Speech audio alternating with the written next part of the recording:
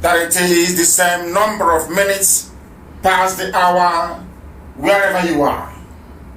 My name is Nnamdi Kanu.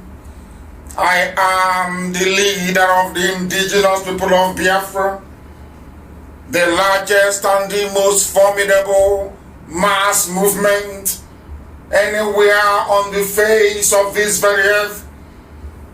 I am a servant of the wonderful people of Biafra only by the special grace of God Almighty in heaven. And we are here to preach this very gospel until Biafra is restored in our time, and we know and hope and pray it will be this year and not beyond this year. That is why we have to do everything within our powers, everything humanly possible, to make sure we disseminate this very gospel this evening, that wherever you are, you propagate it. You will tell your friends and you will tell your neighbors. You will tell those who are close to you, even those who are far from you. You will tell them that if they go to Radio Biafra page on Facebook, they will listen to us. Some of you are listening on my page, Mazi Nnamdi Kanu, on radio, on Facebook.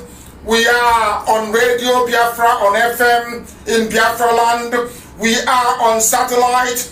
We are on Tuning app. We are on Garden Radio app. We are on Sweet Radio app. We are everywhere, including satellite as well.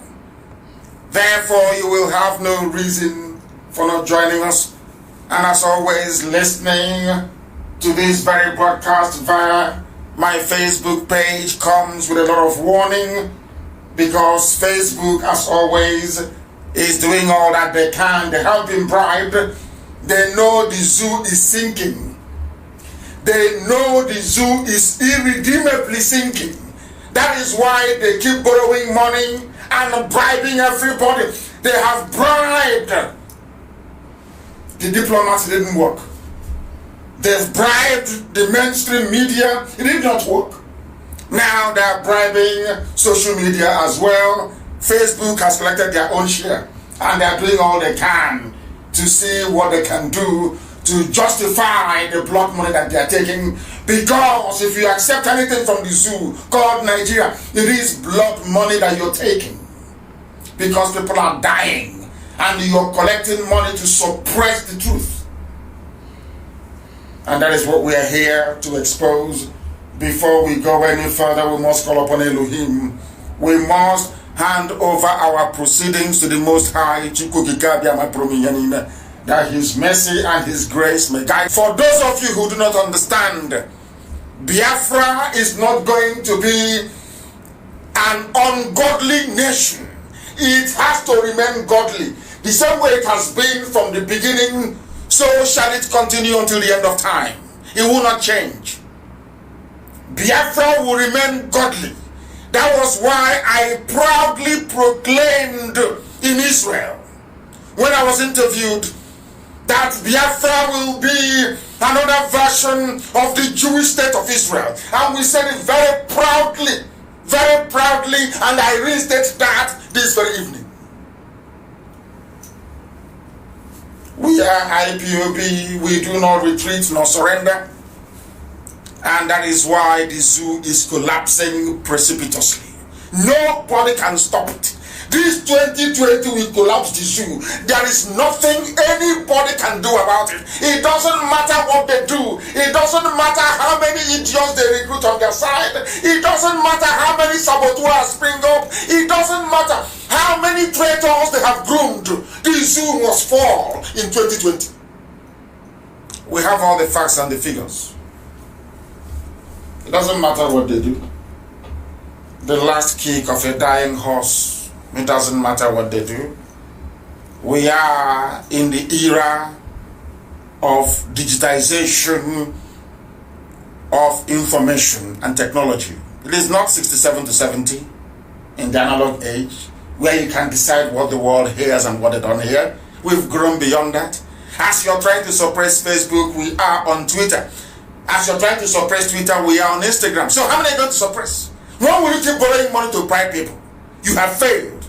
And this evening we shall dissect the zoo. And all the traitors working for them, of course. We must pray. We give glory to Elohim, the Most High, the Lord of all the hosts of heaven. You are sovereign. There is no other God apart from thee. Every knee bow before your throne of grace. Because your name, O Elohim, is that above every other name. You are God, the Creator. You gave life to man. Man is nothing before thee. Because you are supreme and you are almighty. You are the creator of this very infinite universe, of which we inhabit only a speck of dust. For earth is mere speck of dust before thee. But you remember your children. You did not abandon Israel. You will not abandon Biafra, because you're a God of your words. That is why we call thee the sovereign Savior.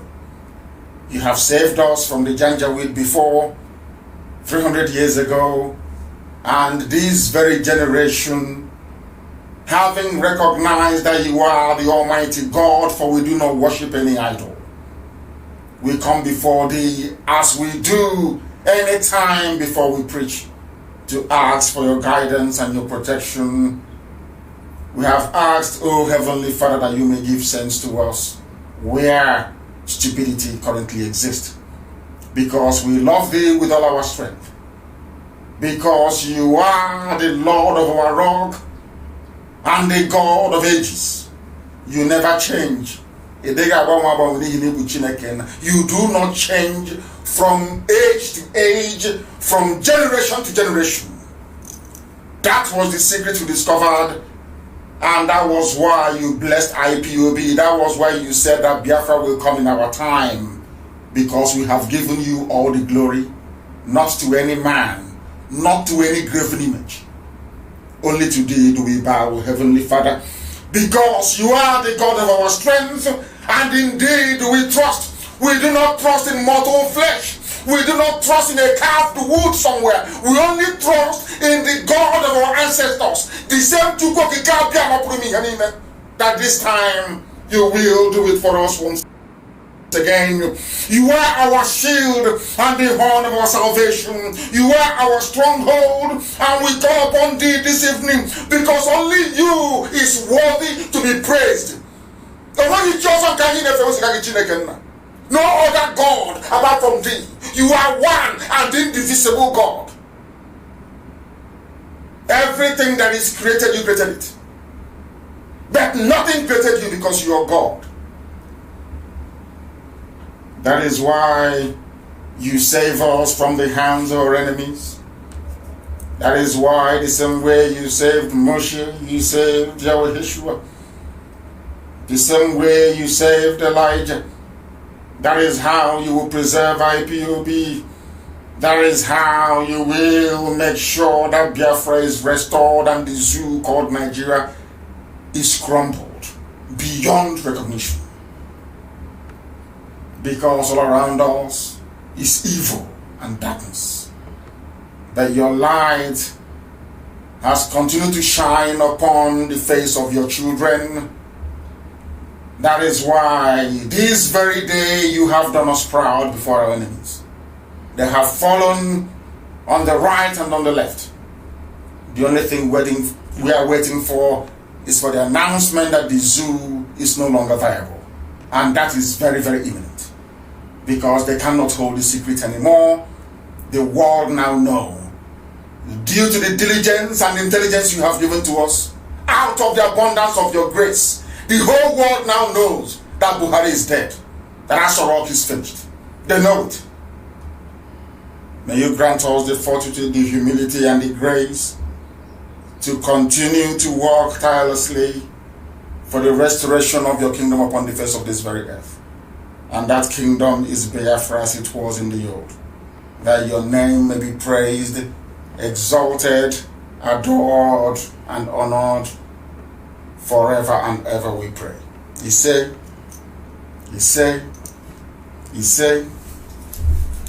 this evening, without further hesitation, we must proceed to preach. Our enemies are vibrating. Right now, they are panicking because they know we are whiter than white and whiter than snow. They know we are incorruptible. They understand that we are unbribable. They know nobody can buy us. Our conscience is untainted. They know we only have one mission. The essence of our existence while we were born is to restore Biafra. And Biafra will come in our time.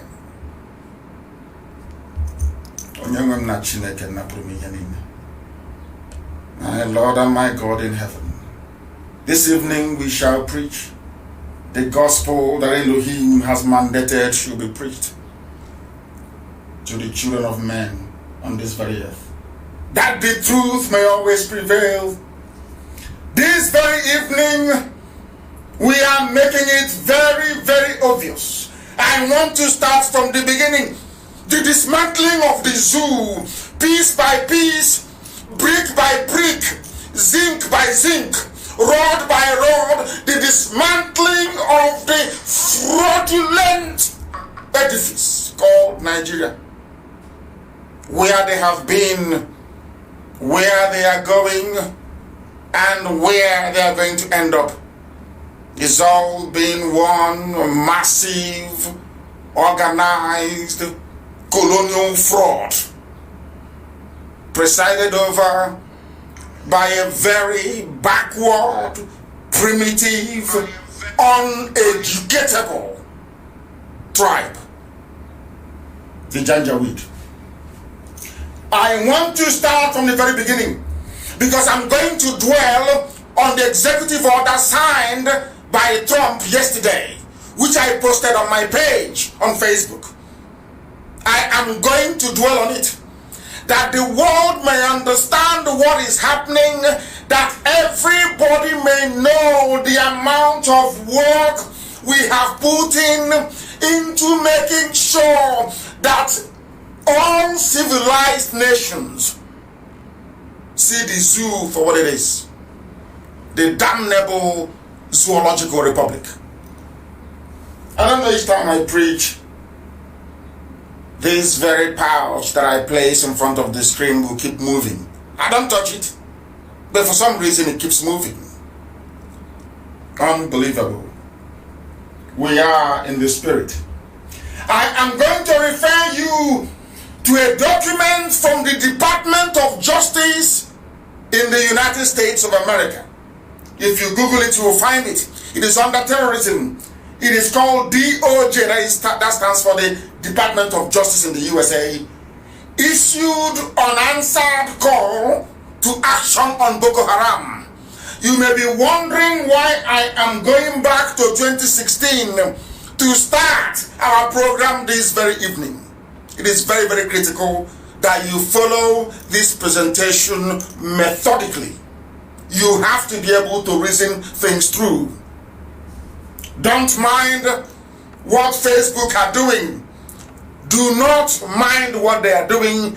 They have been paid to do what they are doing, but they cannot stop us. Be rest assured. They can't. Because people are listening across YouTube, people are listening on Radio Biafra app, they are listening on Simple Radio, they are listening on even Sweet Radio, they are listening on TuneIn, they are listening on via our FM, they are listening via satellite. It doesn't matter what they do. It doesn't matter. If they kick us out, which they are planning to do, we shall return and preach the same gospel. Now listen carefully. This publication is called DOJ Issued Unanswered Call to Action on Boko Haram. Now follow this very carefully. I want to let you understand what the Fulani Janjaweed are doing. I want you to understand that they are in concert with some Democrats and some apparatchiks in the US. I say the truth. people in the State Department in America, for many years they have been bribed by the Fulani. For very many years, they took the same bribery to Obama. They gave money to Obama. They bribed the former US President Barack Obama. And right now you'll be shocked how I came to be in possession of this very critical information. And that is why Facebook is messing up. They don't want people to hear it, but people are listening all across a plethora of platforms. So it doesn't matter what we do, because we must preach it. And why am I talking about Obama? I want to tell you that the agreement between the British and the Fulani has collapsed. And the only person that collapsed it is Trump. I want the world to understand this. The only person that collapsed that devilish arrangement whereby the Fulanese have been guaranteed in perpetuity, the advancement of their hegemonic interest right across the whole of West Africa, not just in the zoo. As long as Britain gets their free oil, as long as there is enough money to pay every successive director of the United States Department of State, as long as there is enough money to bribe all ambassadors coming to Abuja. Before that, it was Lagos. As long as they have enough money, they were prepared to do anything they like to kill as many people as possible, to run the government into the ground, to bow like there is no tomorrow, to display their mediocrity at its very worst. Yet they remain in power. It was Obama that brought in Buhari before he died. It was the same cabal at the US State Department, United States State Department in Washington. They bribed sums of money so that anything to do with Nigeria that comes to their desk, they'll say, no, Nigeria is too big to break. Oh, it's too big. There will be regional instability. Once you break Nigeria, there will be so much destabilization. Oh, 300 languages, 500 tribes. There will be so much problem. And you keep telling them, but people are dying every blessed day. They'll tell you, oh no, it's not just possible. Nigeria is too big to fail. That is what they keep telling us. Do you know why they say that to us? That Nigeria is too big to fail? Because their pockets have been lined with money. Money that was meant to go to schools, to roads, to hospitals. Nigeria Fulani are using to bribe diplomats. They are using it to bribe people inside the United States Department of State that now Pompeo is heading. Fact. As I said, they'll be shocked how we come across this. Let's continue very, very slowly. Now, this is a publication by a highly regarded investigative journalist, J.C. Derrick. He was trying to argue in 2016, why did it take so long for the Democrats to label or to tag Boko Haram as a terrorist group? Having seen what they have been doing to people, if you compare that to how IPOB was tagged a terrorist group without weapons, having not carried out not one single terrorist attack, and the speed with which they got it, that will tell you all you need to know about the influx of the Janjaweed into our land today. Listen very carefully, please.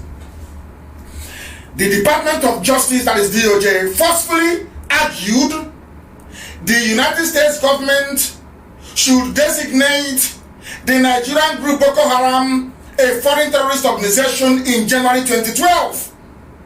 Nearly 2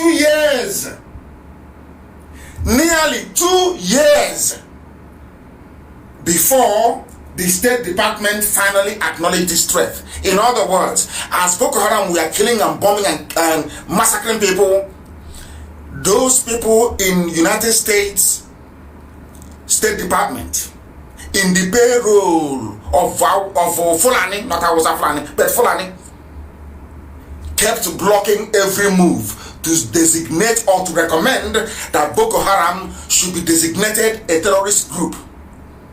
Mind you, most of them are white people. They took bribe from the Janjaweed, the Fulani. People now coming to kill everybody in the south. They took money from them in order to delay the designation of Boko Haram as a terrorist group. Now listen carefully. Documents obtained shows that Obama administration officials recognized that Boko Haram was very, very deadly. But under Hillary Clinton, they refused to acknowledge the damage that Boko Haram was doing on people. Even as the victims were multiplying, as they were bombing and killing Christians in the north, Hillary Clinton did nothing. Obama did nothing. And when they got the report to designate them a terrorist group, they said no. I am heading somewhere. That is why I want to build this as a background. We are heading somewhere. That is the place where we're going to. And in a short while, you will see how we shall arrive at that very destination of ours. DOJ, that is the Department of Justice in the USA, sent the documents to Senators Chuck Grassley, Republican, Iowa, David Vita of Republican Party in Louisiana, in response to a letter of inquiry they jointly sent to the Attorney General Loretta Lynch in September. Among a list of requests, the senators asked for all relevant communications. Listen, asked for all relevant communications regarding the years-long process to officially designate Boko Haram as a terrorist group. Why did they ask for those documents? Because the senators realized that money had been exchanging hands. Some people were reluctant in the State Department to recommend the designation of Boko Haram as a terrorist group. Due to that very reluctance, the senators wanted to know, why did you delay? When no, should I say, useful answers were forthcoming, they decided to ask for all the documentation between Nigeria and the State Department to be made available to them. Listen carefully, please. Very, very carefully. One document was then, the then Attorney General was Eric Holder. He wrote a letter to the Secretary of State, John Kerry, approving or asking them to designate Boko Haram as a foreign terrorist organization in October 2013. The other was a January 2012 letter from the then Assistant Attorney General, Lisa Monaco, making the case against Boko Haram. The Department of Justice, according to the letter that Monaco wrote, strongly supports any efforts by the Department of State to begin the FTO, which is Foreign Terrorist Organization designation process against Boko Haram. Now, FTO designation is significant because it triggers investigations into terror financing actions on group members and those who support them, like Ali Ndume, or the Fulani support. Enables increased cooperation between U.S. authorities and the military. Now, Monaco's letter was dated January 26th. That was after the Boko Haram killed nearly 185 people in Kanu alone. But they found time to tag IPOB a terrorist movement. That is why we must see their moves and their plans. If you are intelligent, you will understand what the zoo is trying to accomplish. You will understand the way they operate. You will come to appreciate how determined they are in order to stop us from having Biafra and freeing other people as well. Now, Monaco later became Obama's Homeland Security and Counter-Terrorism Advisor, when she advised that the rate of violence is only increasing. Now, in the US then, they have designated nearly 70 foreign terrorist organizations. They have categorized them as terrorist groups over a period of 20 years. And counter-terrorism experts say Boko Haram was unusually controversial. Now, do you understand? The same people that said that designated over 70 groups as terror groups, when it came to Boko Haram, you know what they said? They said, oh, we are not going to designate them as a terrorist group. Do you know why? Because it's only going to give them increased publicity, as they are busy massacring people all over the place. Now, prior to their discussion, they knew that Boko Haram had formed transnational terrorist groups like Al-Qaeda. This is the people now coming with their men in our land. Those you're seeing now in our villages. Al-Qaeda in the Maghreb, ISIS in West Africa.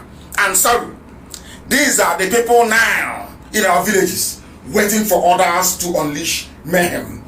And do you know what this document said? As far back as 2012, it said that their mission was to spread violence across West Africa. So what is happening today in our land?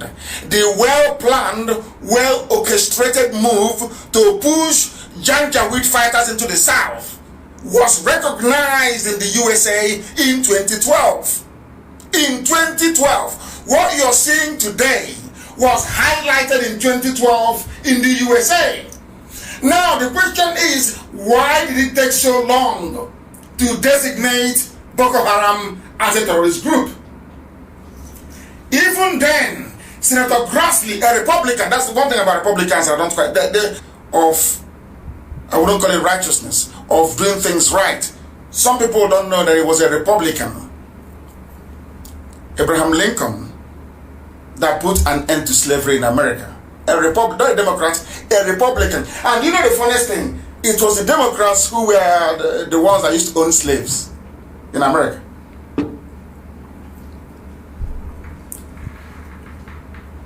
Senator Grassley asked them, why are you delaying?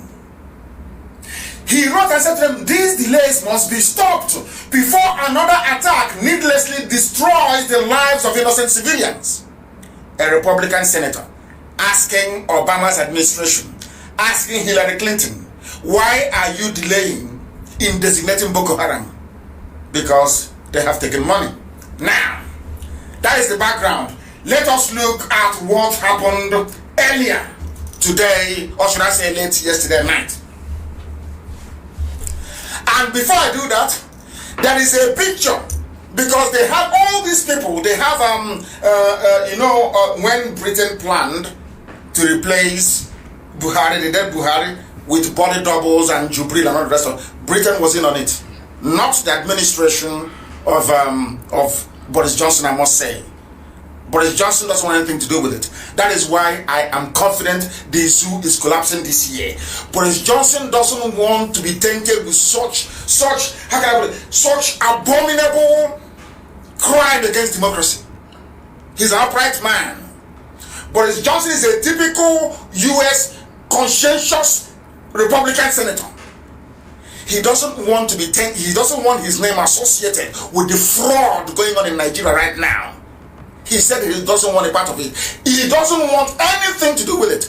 That is why they are panicking in the zoo right now. As I'm talking to you, they are listening to me and they are panicking because they know that I know that the zoo is over. That was a picture I sent to Amaka earlier. You have all seen it before. This is the picture. This is the reason why. For two reasons. One, this is why Bukola Saraki is not being prosecuted for corruption and embezzlement of funds. This very picture. This same picture is the confirmation that all of them in the government, they know that Buhari is no more. Everybody knows that. Even that cockroach that stopped Buhari from entering his office as they claimed in 2017, that same cockroach even knows. Look at that picture. Amaka, please try and publish that picture. Tell me if this boy here with Bukola Saraki is Buhari that you know. Now, due to our consistency and determination, the whole world now knows that Jubril replaced the dead Buhari, and that even Jubril himself is no more. Are you aware of that? You know that Jubril is gone, he's dead as well. Are you aware of it? Now, look at this boy with Bukola Saraki. Every intelligence agency in the world, including Israel, they know that Buhari is dead. Every intelligence in the world, they know. It is Britain, every administration since the coming in of the dead Buhari in Britain has supported this fraud. This fraud was supported by Britain. Look at that boy and tell me if this little boy here, maybe the age of our last born, tell me if this boy is Buhari. Look at the way he's with Bukola Saraki, because Saraki knows that is why they cannot prosecute him. When Saraki, remember, there was too much talk about Saraki going to prison, that they would jail him. He was a Senate president. He was giving the Buhari a hard time. I'm sure you all remember. Ask yourself, why didn't EFCC continue with Bukola Saraki's investigation? It is because of this picture. I want this picture everywhere. Look at the picture. That is why, because Saraki said to them, any day you write to me again or tell me nonsense of prosecution, I will tell the whole world that this boy you told me is Buhari, this little boy I'm looking at here that I saw in the mosque, I will tell the whole world he's not Buhari, that Buhari is dead. That was why they left me alone. Have you asked yourself why they left me alone? He was in PDP. They love prosecuting PDP people. Have you asked yourself why they left Bukola Saraki alone? Because of this little boy. And I ask anybody in the zoo, even the most in the zoo, including pigs and swines, I want you to look at this picture and tell me, all of you people talking about, it's Buhari, what they are saying, what Nnamdi Kanu is, I want you to look at this picture and tell me that this is Buhari. Because this is the very reason why, despite years of looting and I would say outrageous kleptomania, I would say rampant stealing by Bukola Saraki, he is not facing the threat of jail. None whatsoever. You can see the reason why. He knows they brought him in and he said to them, this was what I was saying to Biafran politicians, if you are under threat by these people, just make a statement, give it to lawyers abroad, and say, if anything happens to me, my lawyers release this information. That's all, and they'll leave you alone. They are busy languishing in jail for no reason. Look at Bukola Saraki, he played his cards very neat. This was the picture he used and told EFCC, if you come close to my house again, if you attempt to write to me, I will tell the world that this boy is not Buhari, that Buhari is dead. They left me alone. And everywhere they know. Everywhere they know. Look at that picture. Look at that very picture and tell me that this is Buhari. I want anybody, including that useless girl, or whatever rubbish she's called, that Yoruba journalist, that useless, stupid, hopeless girl, Yoruba girl, that had the guts to stand up and to challenge our assertions. I want even the dumbest fool in the zoo to look at this picture and tell me that this is Buhari. This was how, you know, when you play Monopoly, you have get out of jail card. This was how Bukola Saraki, this is his own get out of jail card. This is it. Once if you're in trouble, let me give you the expo tonight. If you are in trouble now, you're a politician in jail, right now, try and look for a means to contact an external lawyer. Use this very picture, as Bukola Saraki did. They will release you tomorrow morning. You will be released tomorrow morning. Look at this picture. I want even the most foolish person alive that ever met Buhari, the real Buhari, to look at this very picture and tell me that this is Buhari. Just tell me this boy is Buhari. This is somebody that they gave to a Senate president then. A Senate president. The custodian of the conscience of the people. They said to him, this is Buhari don't die, yo. Please, Buhari is dead, though, but we'll give you this boy, yo. And that was the day his deal was wrapped. All the noise coming from Magu, from EFCC, was pure bunkum rubbish. Any politician in the zoo who can stand on his 2 feet to say to hell with you, those ones are not being investigated by EFCC. Those who are in prison are those who are too frightened to say the truth. Is this boy Buhari? I'm asking you. No, he's not. And do you know why they got away with it? Do you know why they can now go and bring ordinary Nama cow and say this is Nigeria president or is Buhari? Even people will mold cow birthday cake and give to the cow. That is how foolish some people are. And that is why I hate Nigeria. I hate it with every fiber. I despise it. Have you seen what they're doing? I want every politician to go take this picture. Tomorrow, call your lawyer, give your lawyer the picture. I say, if you don't release me from here, I will tell the world what I know. Then you'll be released. Because they know this is not Buhari. That is how your mates are out of prison, but you are in prison. Because you don't have the metal. You don't have the balls to stand up and say, enough is enough. Is this boy Buhari to you? I want Yoruba media to be tweeted tonight. Ask them, is this boy Buhari? A simple question. Channels TV, is this boy Buhari? Daily Trust editor, is this boy Buhari?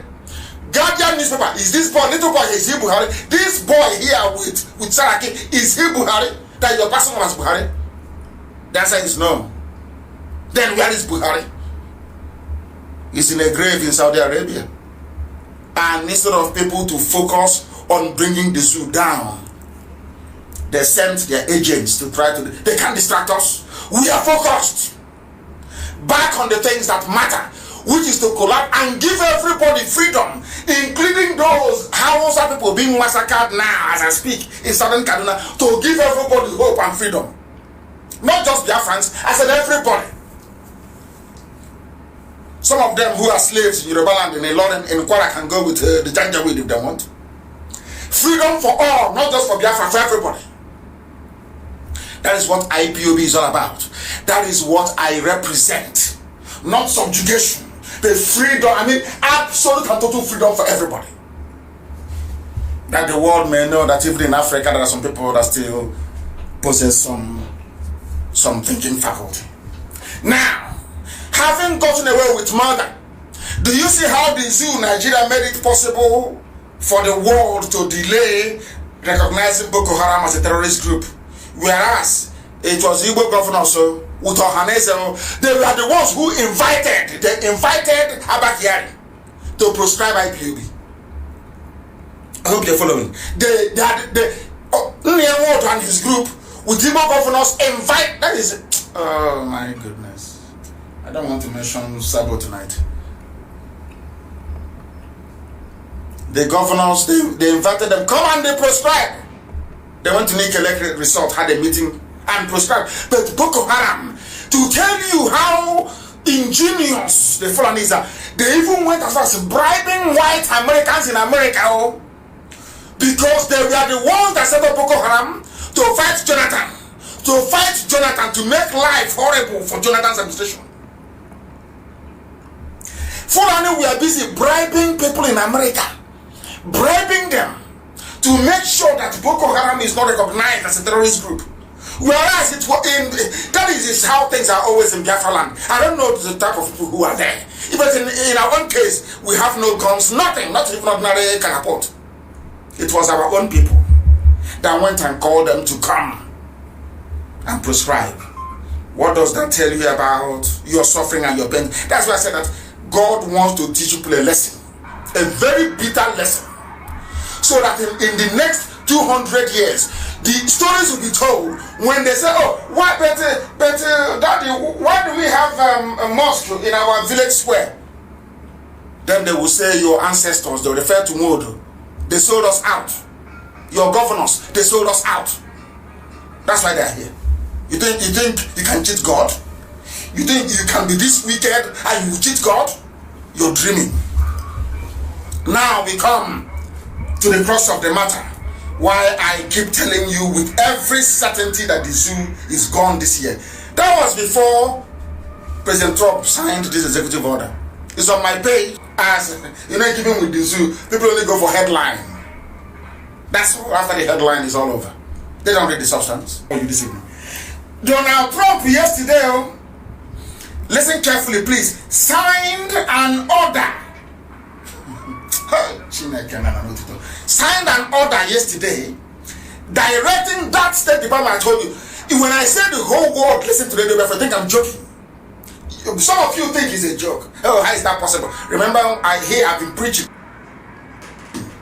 that the problem we have is the American ambassador in the zoo, successive ones, not just the new lady that came. And I also told you that the State Department, oh, don't say it. You are that it is the truth. I must speak it. It doesn't matter who is affected. Once it is the truth, I'm under divine instruction that I will speak the truth always. Even if that truth leads to my death, you must speak it. You must preach the truth always. And I did. I told you live on air. State Department in America, we've been going to USA. Anytime we get too close to State Department, something will happen. Senators are fine. Lawmakers, congressmen and congresswomen, they are fine. Anytime it's time to go to State Department, something happens. 4 times meetings were arranged between. Last minute, something will happen. Either that coffee pot on their laptop or something happened. Did you see that something is wrong with it? Something is wrong there. Go and investigate it. Now listen to what Trump has done. Listen to tell the whole. Are you going to get Biafra on Twitter, on social media? You know, people who didn't go to school, they don't understand. They don't know how these things work. They have no clue. You know, zoo is very, rather than actually enriching or enhancing your capacity to learn, what Nigeria does is to infuse in your brain what I call a primitive code of reasoning. Very primitive. And I feel sorry for them. Listen carefully, please. Trump signs order directing State Department, USAID, to take action on global religious freedom. Because of course they cannot say Biafra, because they cannot be seen as encouraging or seen to be encouraging the division of a country. That is a no-no, is a no-go area. So you can find any other flowery diplomatic language to wrap it around, but you cannot use the word break. You can't. Now listen. President Trump on Tuesday quietly signed an executive order directing the State Department to take more concrete that same State Department, remember carefully, directing the State Department to take concrete action in countries identified as violating religious freedoms. For example, you know who we are talking about. Assigning $50 million to support such efforts. For the first since 1960. Since 1960, the well-crafted British engineered Fulani stranglehold on U.S. Africa foreign policy. Since 1960. That is what you tell that God is marvelous. This Elohim, Chukwu we worship, is immense. The people, you don't know how far we have gone, do you? You have no idea. You have no clue. You don't know how big IPOB is. I laugh at on social media. I laugh at the buffoons. Listen carefully.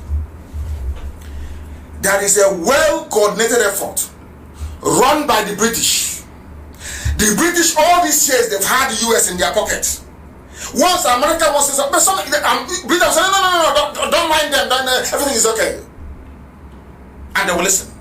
But for the first time since 1960, we have broken it. And this was how it happened. As a result of our tenacity and consistency, because I never let go. As I'm telling you now, you see as a rock it has come. Let us just do as you're told. The consistency of IPOB and other conscientious bodies in the world, especially in the USA, have come together to break that very yoke, that burden that Britain placed on all of us through Fulani. My only hope is that EU will follow suit shortly. Our coordinated diplomatic onslaught is working. You cannot say it is diplomacy. It's like Twitter. You don't see it, but it's, oh my goodness, it is deadly. I can assure you. It is working. It is an expensive business, but it is working. Why do I say that? Let me read the executive order for you that Trump actually signed yesterday in the White House. By the authority vested in me as president, by the Constitution and the laws of the United States of America, it is hereby ordered. Please follow carefully. It is hereby ordered, Section 1. Religious freedom. America's first freedom is a moral and national security imperative. Religious freedom for all people worldwide, not America anymore. They have now gone into the world. Donald Trump. Worldwide is a foreign policy priority. For the first time, is a priority for Trump. Priority for State Department. Priority. And the US will respect and vigorously promote this freedom. As stated in the 2017 National Security Strategy, our founders understood religious freedom not as a creation of the state, but as a gift of God to every person and a right that is fundamental for the flourishing of society. Do you know when we went to America? We meet officials and they will say to us, oh, but it's only farmers and herders. They are clashing. I said no. Ask those that went to it. I will say no. It's not farmers and it is Islam against Christianity and other religions. They said no, it's farmers, there is a problem, there is a drought. I said no. I proved it to them that it is a well-organized, well-funded, well-coordinated Islamic onslaught on the South. Meeting after meeting, meeting after meeting. In some cases, we will be in Washington for a week. Meeting after meeting, the same thing. I never change. The same view. All I will tell them is nothing to do with farmer herder clash. No, these people are coming to take our land, to burn churches, to destroy our way of life. And now it has gotten to the main man himself, and he signed this yesterday. We'll continue. Now, Trump said, I am going to prioritize international religious freedom. He gave them time. He said, within 180 days from yesterday, that's why I said, within 180 days from the date of this order, from yesterday, 180 days from yesterday, the Secretary of State shall, in consultation with the administrator of the United States Agency for International Development, that's USAID, develop a plan to prioritize international religious freedom in the planning and implementation of United States foreign policy and in the foreign assistance program of the Department of State and USAID. He is now giving order direct to State Department. Do you know who they are? They are the ones that ship ambassadors all over the place, including one in the zoo. They must now prioritize this. Whereas before, every diplomatic dispatch from Abuja to Washington has always been, it's a farmer header clash. Fine, no more. It will not be investigated. If once an ambassador says it's farmer header clash, it will be investigated.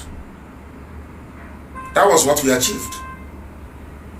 I give Elohim the glory.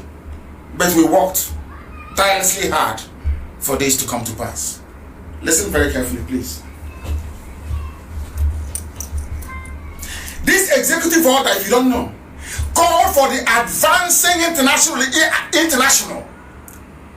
and it is now asking the State Department to fund programs that promote and protect religious freedoms abroad. How do you protect against the Janjaweed with AK-47? We'll come to that later. Trump continued. Foreign assistance funding for international religious freedom. The Secretary shall, in consultation with the Administrator of USAID, budget 50 million every year to support those who are fighting for religious freedom and a breakaway from the what I can only call religious tyranny, to be honest with you. Religious tyranny, that's what it is. That's what it is. To help ensure that such groups, listen, they said, we are giving you this money. We want you to use it to make sure that distinct communities are protected, to promote accountability, so that those who are perpetrating them will be held to account.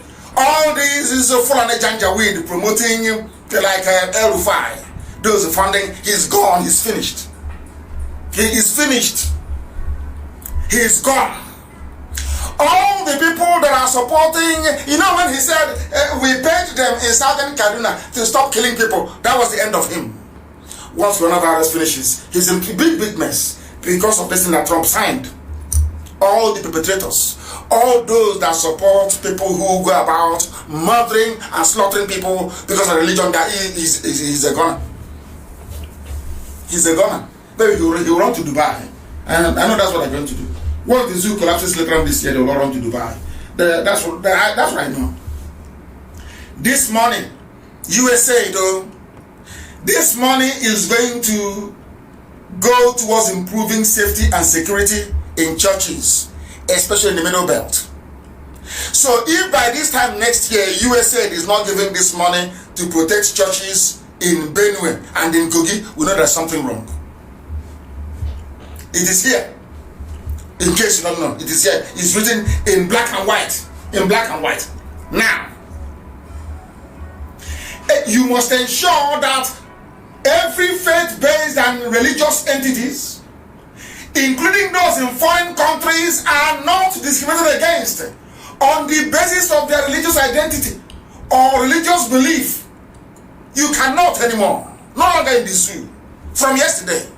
No more. They will now be held accountable. Now, this order also calls for diplomats. So, as I told you before, because I told you that they listen to us. They listen to IPOB. They listen to Radio Biafra. All of them they do. Radio Biafra is international. And I want to prove it to you tonight that they listen. Do you know what Trump said? Trump didn't just write this thing and say, okay, go and implement it. He said, no. This order calls for diplomats to increase efforts in raising concerns that are now asking the US ambassador in the zoo, anytime there is an atrocity in Nigeria, you must raise it, you must query, you must ask what is going on. Do you understand it? Do you now understand it? They can no longer pretend that nothing is happening. The heads of all agencies shall, when appropriate and in coordination with the Secretary of State, raise concerns. You must tell us. This is the body language. You must let us know what is happening. Unlike what has obtained in the past. Now, Do you know what they said? Oh my goodness, Trump, unbelievable, unbelievable, unbelievable, unbelievable. Do you know what happened? Because of what we've been saying, he now said, maybe the officers don't have training on how to report on all these things. You know what Trump said? Trump said there's going to be training for all officials. Department of State, that same people stopping us from moving forward. All their employees in foreign affairs will now undertake training modeled on the international religious freedom training described in a particular section they have in their law that they made in 1980. Within 90 days, listen, within 90 days of him signing this order, the heads of all agencies, listen, that assign personnel to positions, in other words, those who assign duties, diplomats, all the rest of us overseas, shall submit a plan to the president through the assistant to the president for national security affairs, detailing how the agencies will incorporate the type of training described in this particular executive order into the training that they have every blessed day, especially those abroad. You see, the man sat down and thought about this long and hard. Why is it that when people are being killed, I'm not hearing about it? Why? Why? People say he's a racist, but he's not. Trump is not. What he's doing is to save people abroad, especially in Africa, especially in the zoo called Nigeria. You know what Trump said? Maybe you don't have the training for this.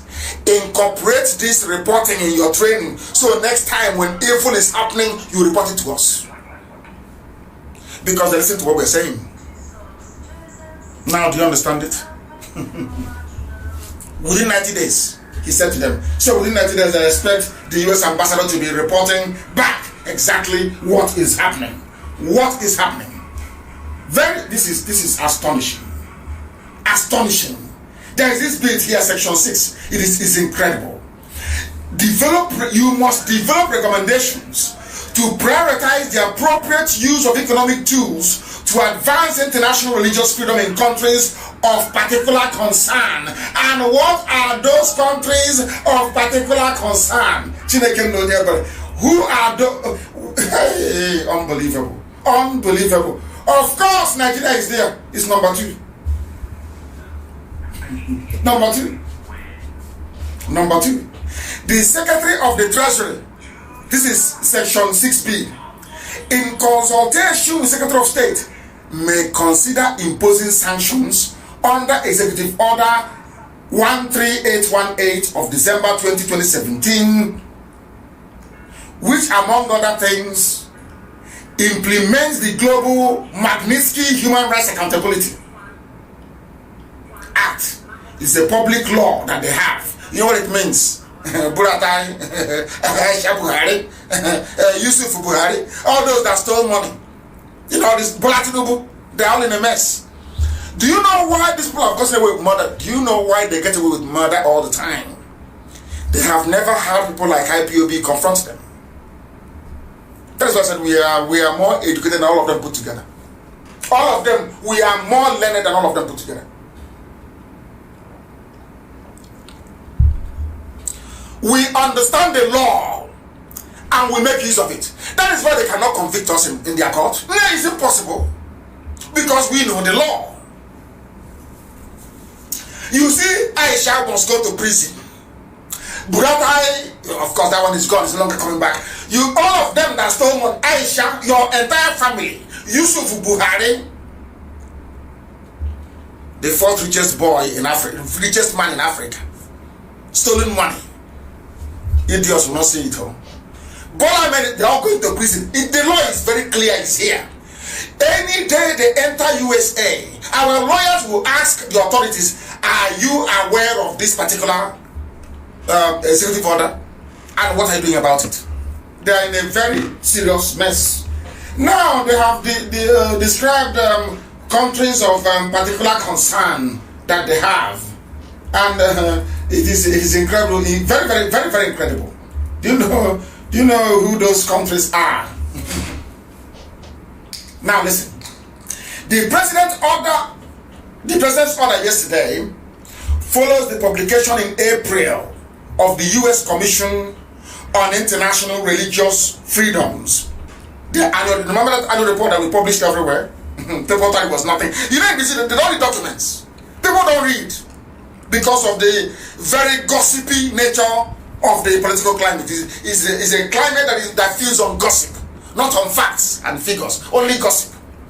Because when this particular report was published in April, it was widely circulated. Remember, this independent group, now mapped out countries that need to be looked at. That needs to be looked at, of course. For 2020, you know what they said? They recommended a new designation for Nigeria. Nigeria is number 1 on the list. Oh dear me. Oh dear me. This particular legislation imposes sanctions on foreign individuals. Aisha Buhari, Buratai, of course, Abakari is dead, Tinubu, El Rufai. That is what it says here. It imposes sanctions on foreign and entities responsible for human rights abuses. Finished. It is here. Very clear, in black and white. Now, that is the work we have been doing that you may not have seen, and you cannot see it. It's only when the results like this come out that we can tell you. All that time you see us in the US, that's what we've been battling and discussing. Others are doing the same thing as well. It's not only us who are being killed, others are doing the same thing as well. That is why when you are together and you create pressure, or you make so much noise about something that is righteous, people listen to you. That's how the world works. That is why we must be on Twitter. That is why we must be on social media. That is why we must keep on every blessed day. He's in America. He took picture. Have you seen it? We have broken this IPOB. We have broken the Fulani Janjaweed corrupt stranglehold in the US State Department. It's broken by this executive order yesterday. For years they have bribed, lied, blackmailed US diplomats into believing that they are the ones. If you go abroad and you want to lobby, they will say to you, oh no, it's a Fulani, go and bring them. That's a bribery working. That's why they keep bringing money every day, to keep bribing, including Facebook as well. Fulani war chest, as of today, is $22 billion. And they have gone even to go and borrow even more money. You think they're borrowing it to pay teachers and nurses and doctors? No. It's to maintain their stranglehold on the zoo. And if the zoo falls, at least they'll have some money to start life over again. Fulani war chest is huge. They use monopoly, like having Dangote. They use what I call state interventionist policies, like the banning of stockfish from Aba, no more. Textile, no more. Obasanjo did that one perfectly well. No textiles in Aba. Second-hand clothing, no more. No stockfish. Whereas before we can go to Iguacha and bring in container into Aba, no more. Closed, sealed. Economic strangulation. So that all the wealth, all the concentration of the, if you want to make money, you go to Lagos, or you go to Abuja, you go to Kano, or you go to Kaduna, you go to Zaria, you go to Sokoto, or you go to Bauchi, or maybe Meduguri. A deliberate economic policy that some people cannot see, that makes me wonder why people still talk about one Nigeria if you're a Biafran. I don't understand it. Iguacha seaport is not working, Calabar seaport is not working, and Meji is busy building the rail line between Ibadan and Lagos so they can make him president. He's daft. Sarawiwa tried it and they ended up killing him. Do you see how they roll? Do you see how they have managed to make you poor? To hold you down in perpetuity. And those are the chains IPOB is breaking. But sadly, some traitors cannot see it. You cannot see it. Look at what they are doing. All the money spinning and lucrative sectors of the economy, you only have Janjaweed falling there. Is it a surprise? NNPC, customs, the oil sector, anywhere that money is coming in mining, everywhere there is money, you have Fulani there. You think they're doing it because they love you or they want to serve in office? It is called economic stranglehold. They're holding it. The same way they held America since 1960. It's only this year that we broke it. This year, all these years we've been working. I called it diplomatic struggle. I would destroy the zoo diplomatically, and this year hasn't happened. Did you not hear me when I said I used the phrase diplomatic strangulation? Did you hear me? Didn't you hear me when I said it? Is it not happening now? Is it not happening now? I'm asking you. Hey, Elohim is in heaven. When I say Elohim, forces of darkness they flee. I must call upon the Most High. NNPC, everywhere there is money, you see Janjaweed, they are there. They're telling about one Nigeria. Igbos will dominate you. They want to dominate everybody. But what are you doing? You are destroying people, not dominating. You destroy. Because listen to the psyche of an average zoo animal. Because if you're a Nigerian, you're a zoo animal. Let me tell you why you're an animal. You killed Biafran people, 5 million. Because you claim, of course, firstly, of course, that Nzobo carried out an Igbo coup and killed a few northern officers. Is that correct? How many was killed? Very few. Good. How many people have died under the rulership of these Janjaweed people since Buhari took over? How many people? These are people who paid. El Rufai paid money to terrorists. They said they're from Mali, from Chad, from Niger. He said, I paid them, our misguided brothers. A president so-called calling terrorists his misguided brother, or his brothers, so to speak. And you all forgave him. If I'm to go by the rubbish you're doing in the zoo, and you voted for him again. How many people have they killed? How many? Who created them? Who are their sponsors? These are the people that named Buhari at one point as the chief negotiator when he was alive. He was the one that said an attack against Boko Haram is an attack against the North, which Tinubu paid Google to remove. But we have the picture caption. You forgave them, voted for them again. But you cannot forgive an Igbo man because an Igbo man led a coup that killed less than 50 people. But you can forgive a man that is presiding over the wholesale slaughter of villages in broad daylight. Do you see how warped the brain of a Nigerian is? Do you see why I hate the word? That name Nigeria makes me sick. Not because when a buffoon says new Nigeria, I want to start vomiting. This is why I hate Nigeria. You can forgive a man that came out and said, Boko Haram are my brothers. They are misguided. If you attack them, you are attacking me. Yes, you can forgive such a man and claim to have voted for him again. I say he's a good man. Zoo, legendary zoological republic. They are now lamenting. Those that said Igbo man would have, they are now lamenting. Why? There is a saying where we come from. Some people thought we have to try and be against we are fighting our freedom here. You have to do well to be seen to be against your own flesh and blood. I said flesh and blood. The same DNA. The whole Niger Delta nonsense. People raised with money stolen from abandoned properties. Shame! Shame! Because of shame! They can't come out because there's something called Oriko. I don't know if you, some of you who are versed in our ways, in our traditions. You can't steal from your brother and come and dine with him. You will die.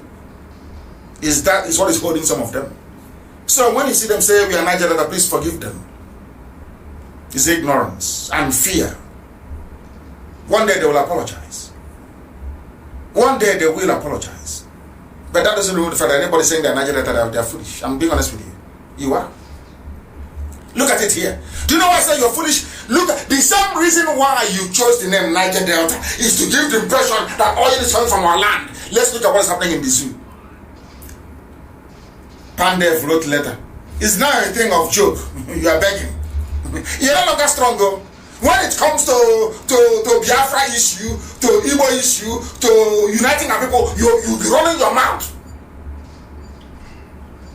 like a bombed pipeline. You'll be gushing oil, you'll be running your mouth like a fool. You run your mouth against those running NMPC, you cannot. You can't, because you're a coward.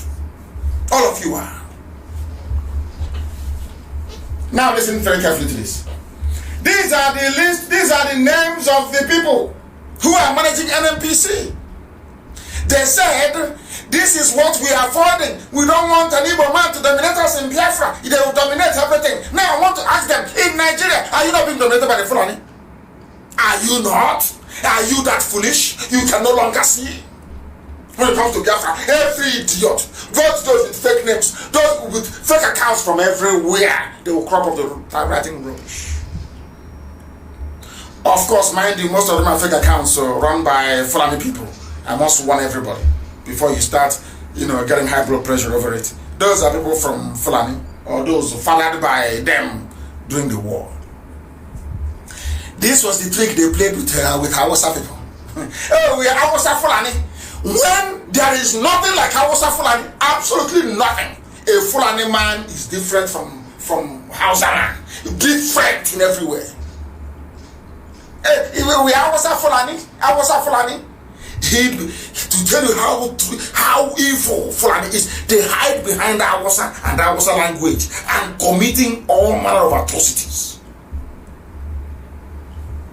Is Hausa Fulani.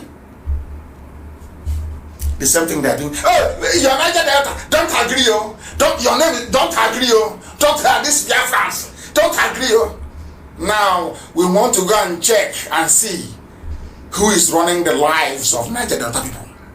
We want to go and see. Check and read it for them, they can hear it. Oil people.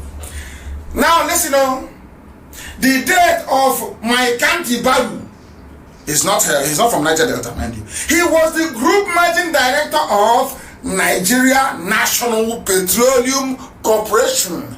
That same NMPC that led some people to say we don't want to be part of Biafra. Yes? Who was managing it before? My Kanti Balu. Not Tamono Tonye. Because I preach the truth. But most of them they prefer to be pipeline security guard. That's their contract from Jonathan's time. 400 million naira every year contract. Poverty is a disease. It's a very big disease. Very big disease. A review of the top 20 executive positions in the corporation, NMPC, the same NMPC that made some people to deny who they are, the same NMPC that made some people to say we are Nigerians, we are not Biafrans. The same NMPC. And who is in charge of NMPC? Are you listening to me? The group managing director is Melek Yari.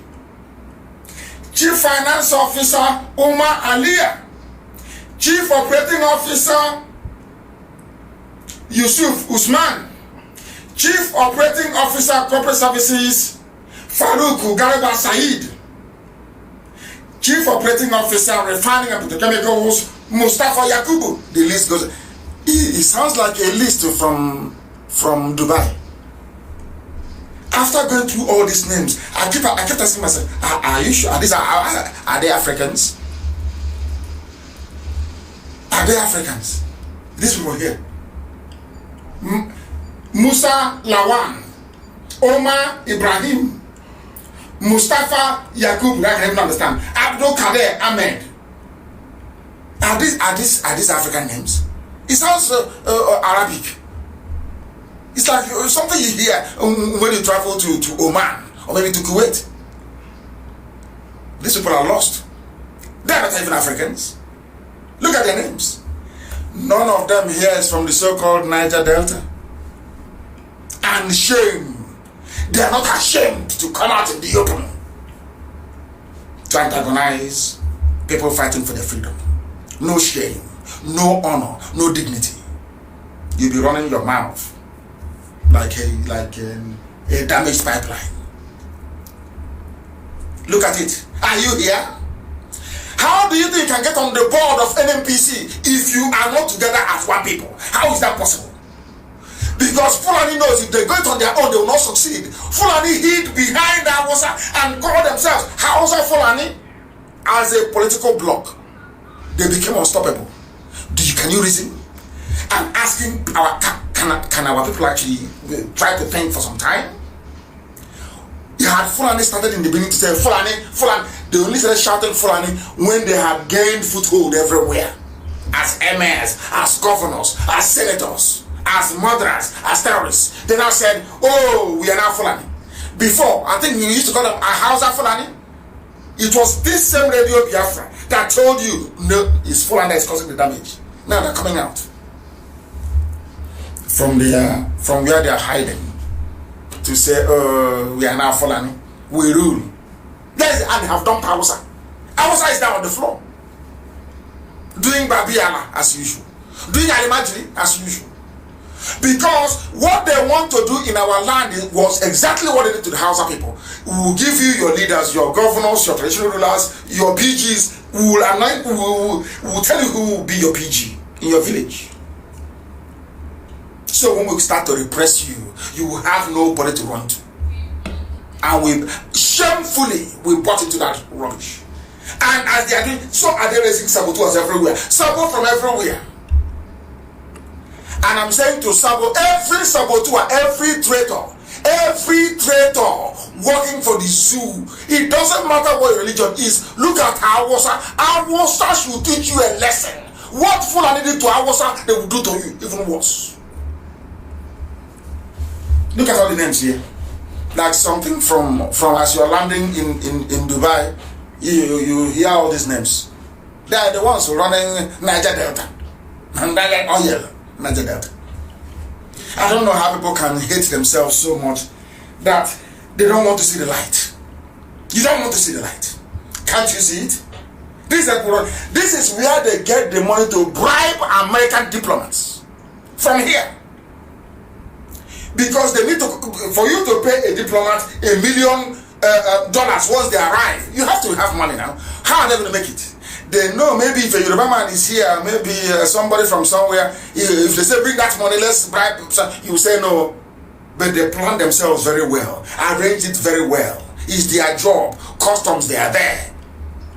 Air Force is there. Everything you can think of, they are there. So they can keep subjugating you and you cannot see it. And you'll be saying, I'm from Niger Delta, I'm a Nigerian, I'm a proud Niger Delta. Hi. May Lord have mercy on your souls. Only 3 top positions we allocated to the whole of the South. The rest, they took everything. What can you do? Maybe you write another letter tomorrow from Pandef, Mr. President. Can I please beg you to, but you cannot write to beg an Igbo man. But you can write to beg a Fulani man. Do you see how foolish? Do you see how inferior people have become? From so-called Niger Delta. Do you see how inferior you are? Pandef is now behaving like a kindergarten child has been flogged many times. That kind of he said, oh, I want more. They flog you. Now you're there. You're no longer a PhD holder. You're no longer, the Agaba of your village. Oh, he said, dear President, dear Mr. President, you are a good man. God brought you into power. You are doing very well. You love everyone. You are the father to all. Please, can you give us at least one position in NNPC? Sabo everywhere, saboteur. You see the price of sabotage. Niger Delta. When you look at this list of everybody in NNPC, do you see the price you're paying for sabotage of Biafra?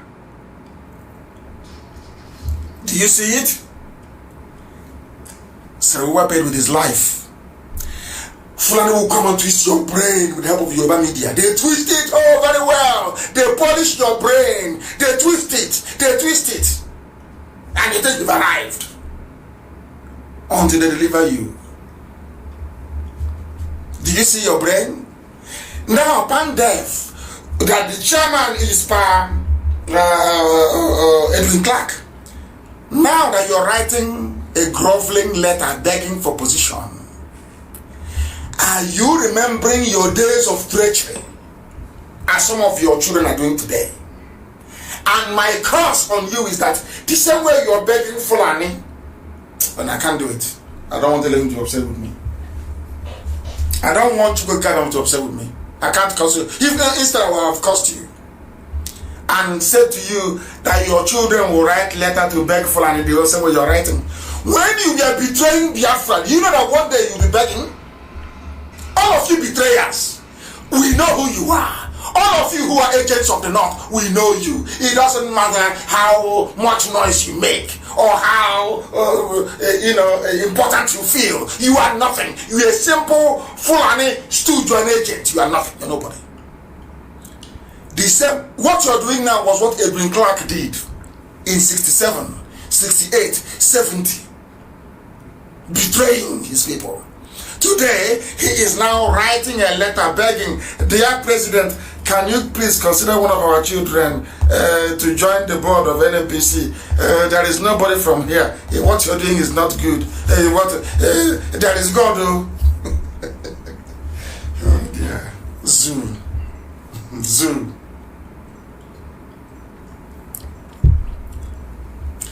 That is the life of a saboteur. I tell you the truth. Once you sabotage your people, this is the price you pay. I am asking our people, I am asking my fellow Biafrans from the coastal region, Melek Yari, Umar Aliyah, Yusuf Usman, Farouk Garba, Said, Mustafa, Yakubu, Hadiza, Kumasi, Omar Ibrahim, Kalamu Abdullahi, Ibrahima Barama, Bala Munti, Musa Lawan. Are they from your place? Do you recognize any of those names? Do you know why you don't recognize them? Because of sabotage. Traitor. Treachery never pays. Treachery. You cannot betray your nation. And you hope that things will be well with you. It's impossible. You may be in Abuja as the washing car for one alemajiri, thinking you've arrived. You are nobody. Look at what I'm doing to you. Now you're writing letter. As somebody said to Edwin Clark then, brother, one day you write letter to beg, he will say no. Igbo man is my problem. He was a traitor. Hardcore traitor, as you have them today, in the same place. The same place, the same traitors, the same, they never change. They are in the same place, the same traitors. Every day, treachery upon treachery. Every day, they never learn. They can never learn. Fulani, for two, let me tell you what. This is for those I don't this is Biafra thing. I want to give you the story of Awasa. They are Muslims, genuine ones, not fake Muslim. They are genuine. You know, there is a Islam that is instigated, or should I say, prompted by hunger. Islam, hunger. These are people that knew Islam before the Fulanis came. And they behaved exactly as some of you are today doing, traitors and saboteurs, thinking they are serving their family and doing very well. Now I want to use, they call themselves Hausa Fulani, don't forget. In fact, they even put Hausa first before Fulani. Not Fulani Hausa, but Hausa Fulani. Let's see what is happening to Hausa people. It has been happening for them for nearly 200 years. Hausa people thought they were smart. They said it's happening now. When the Fulanis came in Gobe, they groomed saboteurs amongst the Hausa people. Exactly the same typical pattern. Our people don't listen because they don't read history. You don't understand. You are ignorant. An average Nigerian is a bundle of ignorance. No matter the level of degree they possess, they are useless. They are hopeless. Completely hopeless. I want to teach you what you don't know. I will teach you as if you're in a kindergarten, so you learn. I want to tell you, there were those practicing Islam before the Janjaweed came. Before the vulture Udele led them from Futajalon to Gobe. A vulture led them. A vulture. Let's tell you how evil they are. A vulture led them to come to Gobe. They started by grooming some of the local Hausa people. Oh, let's not corruption. Your leaders are bad, though. They have attacked them all. Then there was no Facebook or Twitter. Maybe the Twitter they had then was Furadununu, that thing they used to carry Furadununu. Oh, your leaders are bad, though. Don't. These are people who are so hardened. Fulani is so dedicated to their mission and their goal that they gave out their wives and their daughters to sleep. Do you understand? The people you now have in Asorok, I'm giving you raw history that is priceless. Fulani you see in Asorok today to tell you how determined they are. When the Moors came, when the Arabs came to come and take slaves from Africa, they were the first to come. It's not today they started being stupid, black people from Africa. Our stupidity dates back to antiquity. They came to carry us. You will see maybe 2 Arab men. He will come and he will tie a whole village with one rope and lead them across the Sahara Desert. Oh dear me. Even till today in America, they are kneeling on our neck and killing us. And I ask myself this question: why don't they kill Asians like that in America? We're always black people. But we'll get to that later. When they came, Fulani, in order to protect themselves, as Aisha, they gave away their daughters. They gave them. As Aisha is now doing prostitution inside Asorok. That's what she's doing. For them to keep power in Nigeria, they forgot Quran. Everything Quran said is can go to hell. They don't give Aisha to little boys inside Asorok. That was what their progenitors did. They gave their daughters to slave raiders to go and give birth to children that is light skin. Are you aware of that? And then became agents for the Arabs. Are you aware of that? It's something they are doing now. Anybody who comes, they will be agent for that person. If it's Britain, oh, no problem. If it's China, as it is now China, no problem. And in America, there is the bastion of democracy right now in the whole world. You cannot get them to start colonizing people. You start bribing them to look the other way as impunity is happening. Now you understand. Now you know your history. I'm saying this so that the idiots in the so-called, no, a few of them, or very few, they may vote, but very few. The so-called Niger Delta, Niger Delta. I want to teach you a lesson. With what happened to Hausa people, they were Muslims. The Fulanis came, convinced them that their leaders were corrupt. Those useless Hausa people, this life is funny, helped the Fulanis to overthrow their own kings and rulers. And now, you know, funny enough, they're now servants to the Fulani emirs. Every emir in the north is a Fulani. Those serving them are Hausa people. Do you see how you brought slavery on yourself? The same thing with NNPC. The same thing now that Edwin Clark, he said, you know, God is miraculous. That's why Edwin Clark is that God kept him alive to humiliate him. Now he's writing letter. Dear Mr. President, can you please help us? We have this is bad. It's discrimination. A slave is something that Hausas are doing today. And not only that, they are not only doing it in Hausa land.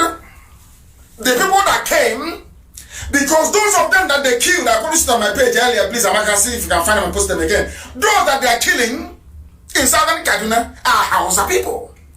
But when their forefathers were betraying their kings and bringing in the Fulani to overthrow them, they thought they were doing the right thing. But today, after 200 years, the sins of the fathers are being visited upon their children in southern Kaduna. Those they are killing are Hausa people. Those they are killing are Hausa people. And why are they killing them? Because their fathers betrayed 200 years ago. Because they routed the Hausas in 1804. In 1804, the Fulanis defeated the Hausas. Completely defeated their kings. I said there is one Islam, purity, corruption, the same rubbish you have today. The same nonsense. If not that IPOB came and said to hell with you, you people are more corrupt than any other person. That's why they cool down. Since I started, have you seen them now come out again? Anti-corruption, this and that, because of IPOB. Because of that is why they are jealous. They know we are formidable. They know, they know how strong we are. They know, they understand it. Our adversaries, they know. Our enemies respect it.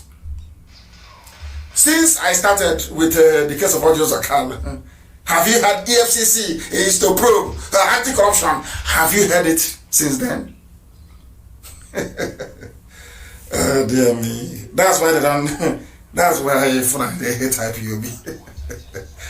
They hate us so much. They hate us so much. Because we are formidable. I am telling our people, if you fail to key into Biafra, look at what is happening in Southern Kaduna. And what happened there anyway to start with? What happened in Southern Kaduna? Let's hear more. I'm not suspecting. Fulani headsmen. Fulani, remember, they used to be called Hausa Fulani. That's the first part. So they are Hausa Fulani. But listen to Fulani, but our people are so daft. Our people are so daft. So daft. Message from heaven. As I preach, as you hear it from my mother's heaven, it's gospel. Gospel. From heaven. Who is that? Who is the? I don't lie. I don't lie. I don't fear any man. So why would I lie to you? I don't lie. I don't, because you can't do anything to me. If I tell you the truth, you can't do nothing to me. You can't do anything to me. Let me tell you what 200 years of what of betrayal brought to Southern Kaduna. Late yesterday. Fulani headsmen invade Southern Kaduna community, hack women, children to death. This is a gift from 200 years ago. Betrayal. That's what they're still paying. Southern Kaduna. And somebody said, an eyewitness, we were just walking up when the headsmen came around 5 a.m. They came with weapons and started chopping people to death. It's not funny, but that's what Trump is against. You see that? Do you know the funniest thing? The US ambassador will not relay this thing back to State Department in America. No, of course not. She has taken her own cash. That's why they keep borrowing. 40 billion here, 30 billion there, 80 trillion there. They keep borrowing. Because as they are Fulani tribes on terror, they can't fight a war. They are not warriors. They are not. Believe you me, they are not. When Ottoman Danfodio came, Ottoman Danfodio convinced Hausa people to fight their kings. The Fulanis never fought the heavy monarchies of Hausas. That is why I make the Hausa race is a very good race. They are good people. I keep saying it morning, noon, and night. Hausa people are good. very, very good. Arguably the best people in West Africa. Hausa people are very good people. By nature, they are good. If you see any bad Hausa person, no, there is a Fulani blood in that person. No Fulani is nearby. Hausa people are good. Very good. Now, but they were foolish 200 years ago to have allowed the Fulanis to come to defeat their kings. Today, they are paying. They are being hacked. Hacked to be... These people are evil. Fulani. And you go, you say to a British diplomat, can't you see what is happening? Oh no, it's water scarcity in the Sahel.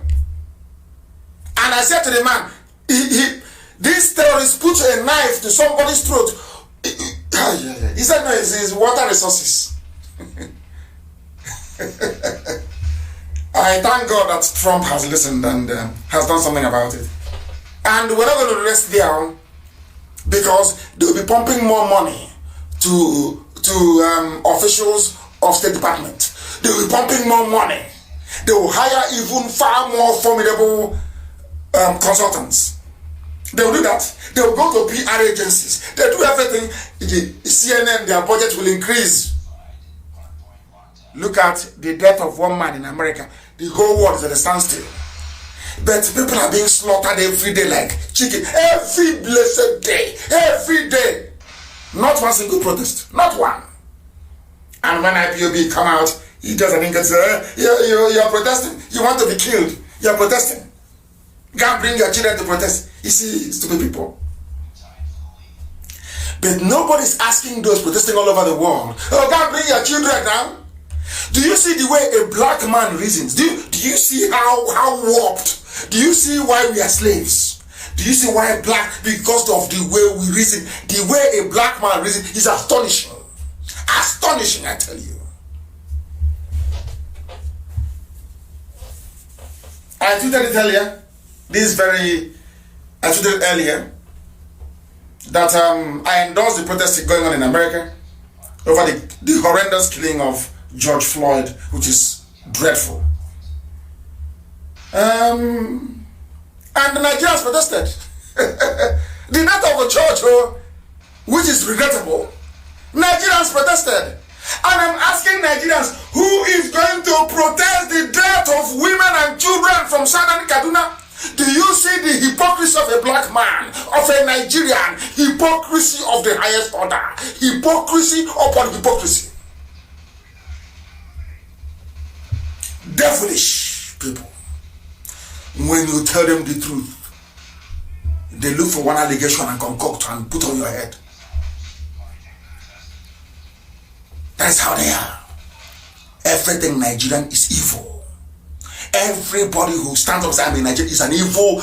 God knows that person is the embodiment of iniquity. You are protesting in Abuja, protesting in Lagos for George Floyd. Who is going to protest the daily massacre of children? Oh, because they're not on it's not a good, how can I put it? You have nothing to gain from it. You're not going to make your Facebook page look nice. That's why God looked at Africa and said, I'll give you Biafrans. If they can stand on their own, I'll bring light into Africa. If not, you are doomed forever. You don't know how God works. Don't you know? God saw black Africa and said, you people are evil. But I will pity you. It's just like a diamond encrusted with death and mud.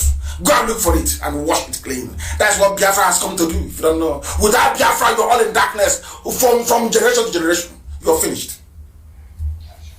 Yeah, Nigerians protest at US Embassy in Abuja. Can you believe that? When people are dying every day, every blessed day. George Floyd was killed, sadly, of course, by a law enforcement officer. But every day in your zoo, somebody is being shot dead at checkpoint for no reason. And you have not protested. Hey, this UG, black people. Black people. Oh dear me. Oh dear me. Oh dear me. This we never learn.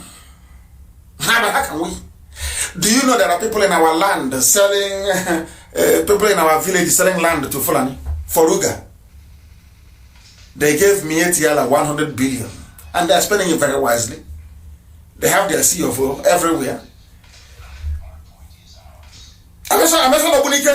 People get hesitant, it's not Obunike. What is that Nama doing there in Obunike? What is he doing there? Who lives there? Oh, they have come. They'll just sell the cattle. After a while, they go. They think they are talking to children. We are kids, yes? I came armed with facts and figures from history. History that you cannot dispute. Look at all the idiots and all those making mouth about Biafra, origin of Biafra. Have they not gone quiet? What do they know? Are their brains empty? They know nothing.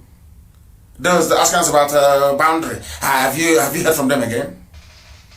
They've all gone to sleep because they are dumb. Their brains are empty. They think if you swallow half a dictionary and you're talking rubbish, somehow that confers upon you some degree of superior intellect. Doesn't make any sense to me. We all can speak very purified English, but it's for people back home to understand what we're saying. That was why we dumbed it down a little bit. That's all. We know what we're doing, and our message is sinking in, and that's the most important of all. In our land, they are selling it all.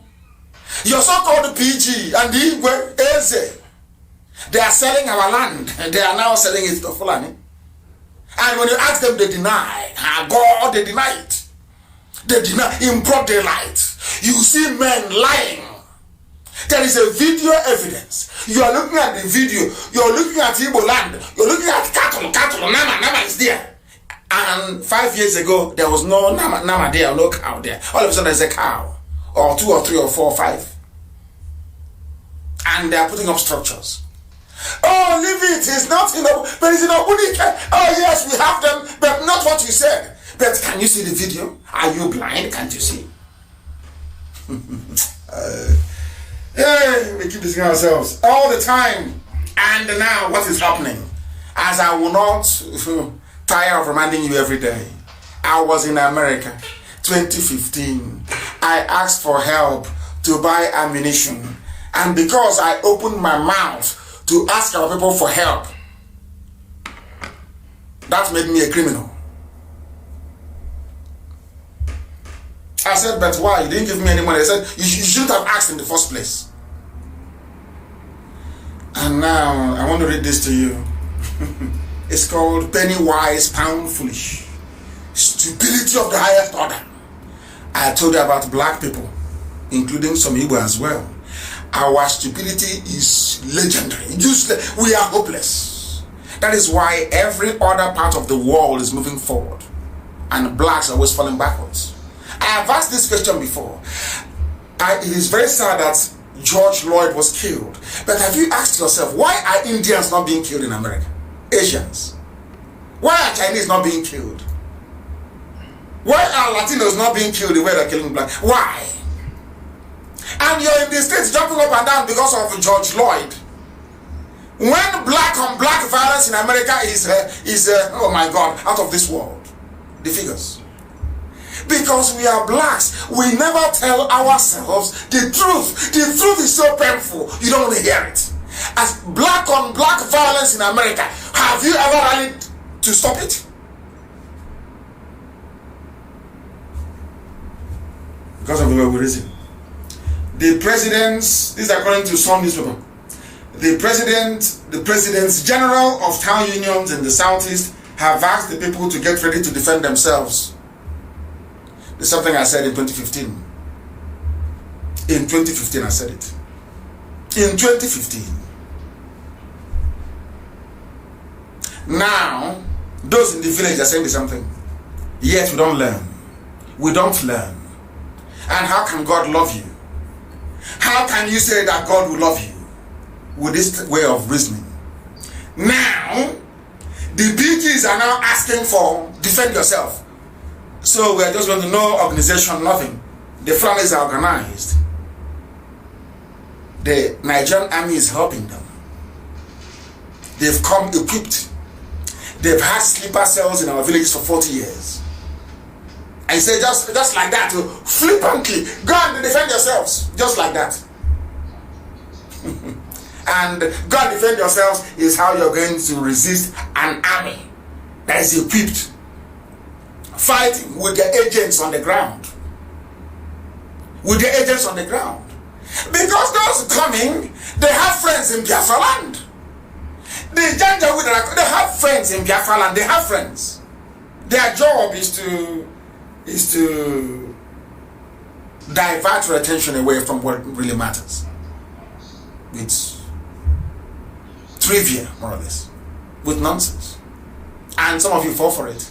Their gimmicks, their games. They fall for it. You fall for it, rather. And that's why we are where we are today.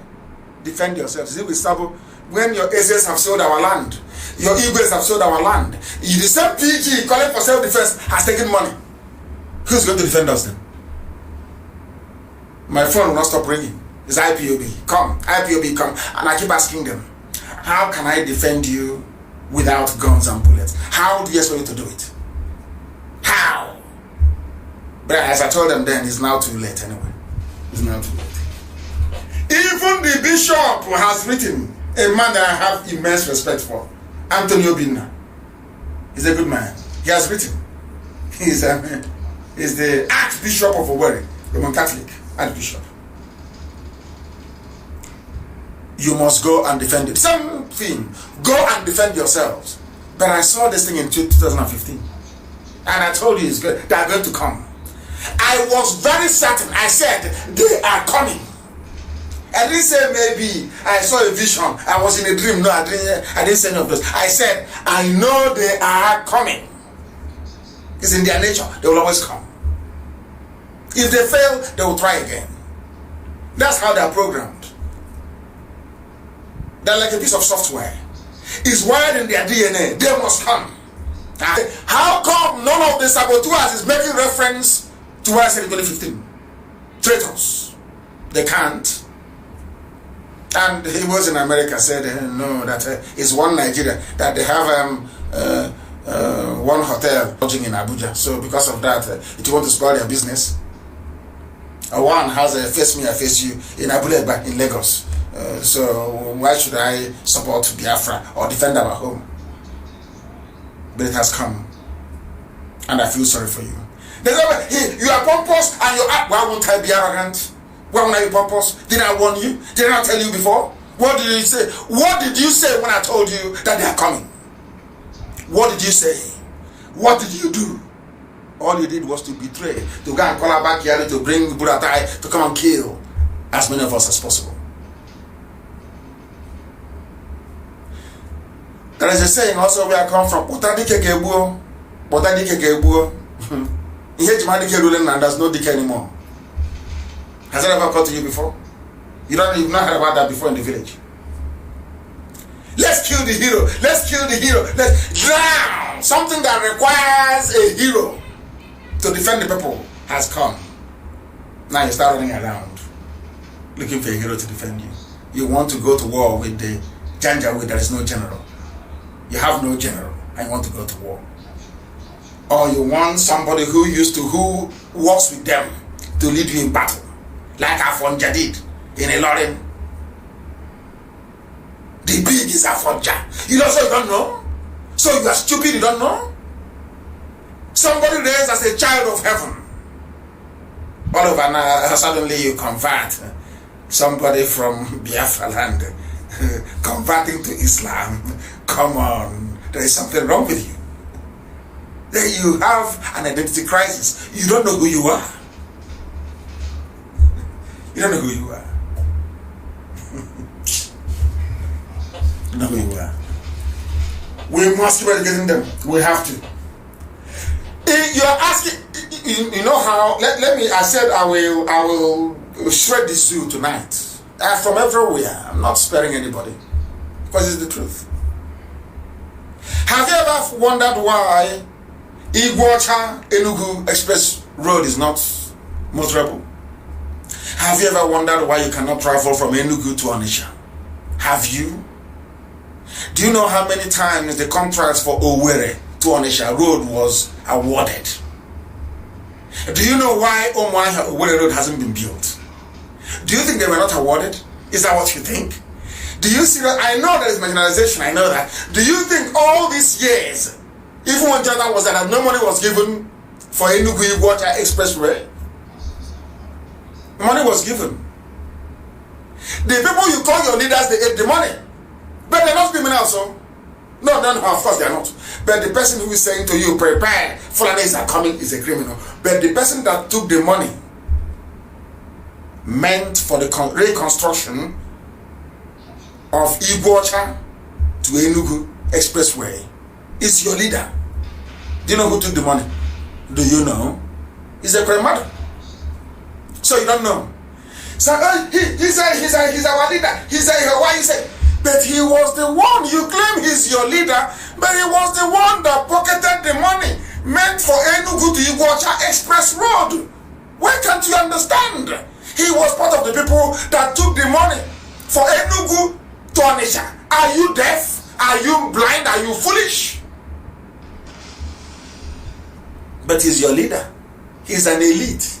He's your Igbo leader. Do you see why blacks are a bit strange, especially from Africa? They're a bit funny. Everything is upside down. Everything is upside down. Somebody said he's your representative. He is in the Senate. Money was allocated to build a road. They took the money, they put it in their pocket. He comes back to the village. He says he's your leader and you're hailing him. I'm asking you, are you not insane? Are you not foolish? Anytime you're traveling, having accidents and dying on the Enugu-Iguacha Express Road, it's a matter that is the cause of it. Or you don't know, or you pretend you don't know.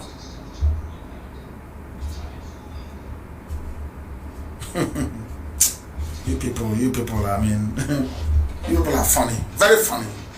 Do you see the difference between you and the white people? Do you now see the difference between Black Africa and Asia? Do you see the difference between Black Africa and South America? It's not that God made them any special. The only difference is how they reason. That's all. Simple common sense. They managed to get, it's called enlightenment, common sense. How they know how to reason properly. That this man, we gave you money, which is commonwealth, to build a road that benefit everybody. You put it in your pocket. You must be a bad man. But in Africa, you're a hero. Do you see the difference? If I were to be a white man and I'm in America or elsewhere in the world and I say to my government, danger is coming, there's going to be an invasion, prepare, and they don't prepare and that invasion happens, they'll come to me to ask me first, what do we do? How do we do this? That's how it's done. But in Africa, in the zoo, and I'm sad to say, in Biafra land, somebody saw death coming, saw danger coming, warned you, and that person is a thief, is a criminal, and he didn't give me any money, but he's a criminal. Just to understand, see how blacks, even those in America, they have PhD from Princeton in America. That's how daft a black man is. Our stupidity is almost natural. How foolish we are is natural. Because they're in America, they're enlightened, they've studied, they've read, they're in a place where people are enlightened. Why would they reason like primitive baboons in the Congo forest? And I don't understand it. Now, somebody came to you and said, we are dying, prepare because death is coming. You said no. That person is a thief. But the person that took the money that should build a road for us to connect us is a hero. And you're telling me that those people are normal. You're telling me somehow that you regard them as human beings. You must be dreaming. That's how monkeys be. Even monkeys reason better than us sometimes. If I say that a monkey, a carnivorous monkey in a zoo reasons better than some of our people in America, will you believe me? Will you believe me? People, we are in the 21st century. There is death coming. It has come anywhere. And all the time my phone is ringing. They are here. They are attacking. Do you think? And didn't I warn you for how many years? that Yoruba churches will put you into trouble? Did I not warn you? They will condition your brain. As they are killing you, you will see it, but you can't do that. Did I not warn you? Did I not warn you about Yoruba newspapers? Yoruba media? Did I not warn you? They will be slaughtering you. That was my friend is Kayode. We went to school at Ogogomaiko. But they'll be killing you. Kayode will know that about it. Don't you know that? Don't you know? Did I not warn you? Somebody that came and warned you is a bad person. Do you see how blasphemous? I came to you and I said, oh, there's danger. There's fire burning. Fire is coming to your house. Please bring out your child. Fire is burning. It's coming. You say, oh, no, you're a thief. No, I won't come out. You're a thief. And then you saw the arsonists, people pouring petrol or whatever, and inflammable liquid and accelerant to burn. Now, when the thief now came, set your house on fire. You don't say, hey, I help you. Thank you very much. You're a good man. You're our leader. Hey, black people from Africa, God forbid. God, such stupidity we possess is incredible. Incredible stupidity. You're protesting for George. Look at that woman slaughtered in Southern Kaduna. Who protest for her? Black people, Africa, and you want God. You are full of hypocrisy. Instead of you to come and say, oh please, we are sorry. Nnamdi Kanu, oh we apologize, we are sorry, we are foolish. You try to cover up your foolishness by saying, you want us to give you our money. They're in your village. You know the funny thing about now? We are writing all our history, mentioning all your names. So when in time to come, the same way we remember Ifajuna, we will write all your names down and say these are the Sabo. You and your lineage cannot come to Biafra land to start with. It doesn't matter how much mouth you make on Facebook. It doesn't matter how much mouth maybe you can't come home. You cannot. Not now. Not tomorrow. Not ever. Go to any court in the world and say, oh, I was living in America and my people were dying. I did nothing. And when they fought and died, I went to go home and they said no. The judge will say, okay, I adjourned the case to next month. But meanwhile, sheriff, put him in the jail. Because you think you have sense. Oh, dear me. Look at the zoo. In Igbo land, somebody that stole money to build a road from Enugu to Iguacha that you call Port Harcourt, of course, very foolishly. He's a leader. He's a political leader. He's the leader of this day. He's the leader. He's an elite. Oh, don't beat him in Germany. Look at what you did. He's a leader. But when you drive along the road, you don't ask yourself, why is the road so bad? It's bad because somebody ate the money. He took it, he pocketed all the money. And he's a leader. The same way they voted for Abiola. Abiola defrauded Nigeria. In the next few days, you will do June 12th. Public holiday for somebody who was a thief. Onyoshi, a thief. In broad daylight, but he's your leader. But all the young Yorubas fighting for freedom, you insult them. Oh, you're begging us for money now. Shebi, you know, see. Aye, Monsieur G. Black. But Abiola that stole money, forged certificate, forged the check. From 40 million to 400 million, you cannot see it. There is nothing wrong with it. Now you know.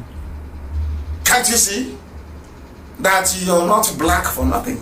Perhaps a bit of ignorance here and there, and stupidity here and there. Can't you see it? There are young Yoruba people, young men, vibrant, fighting for liberation.